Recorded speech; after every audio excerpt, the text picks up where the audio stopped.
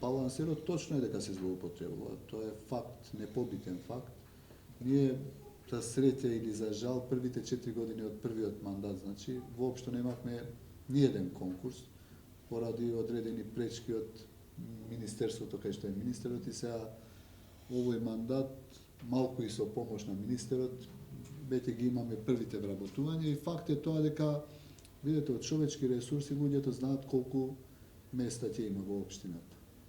Значи луѓето знаат дека треба на пример да се вработат 13 албанци, 4 македонци, 2 турци и 1 ром и знаат кој ќе конкурира горе-долу и одат се запишуваат така како што мислат дека за да имаат помала конкуренција и не можеш да ги спречиш од човек како се осеќа себе си, може да се декларира, не може никој да го тоа негира.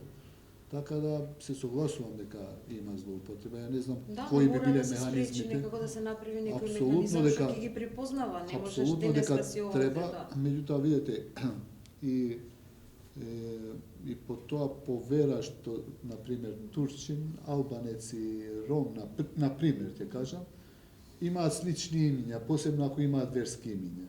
И ти не можеш да ги разделиш, да речеш ово е ваков, ово е така се декларира и не може да го стопираш тоа. Ја не знам дали има механизми, можда министерот знае подобро, меѓутоа треба некако да се најдат превентивни мерки за да не се злоупотребува. Тоа факт е дека се злоупотребува и не би било добро, навистина не е добро.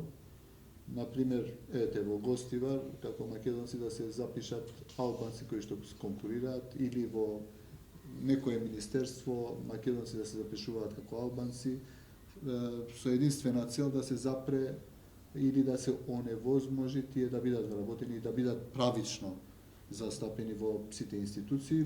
Продолжувам да мислам дека може би балансирот да не постои, може би треба да донесеме еден закон кој што би бил посебен закон за правична и како беше и соодветна застапеност на сите етнички заедници. Може би со тоа може евентуално да се превенира, да се предвиди некако механизми по членови во тој закон со кој што би се стопирало.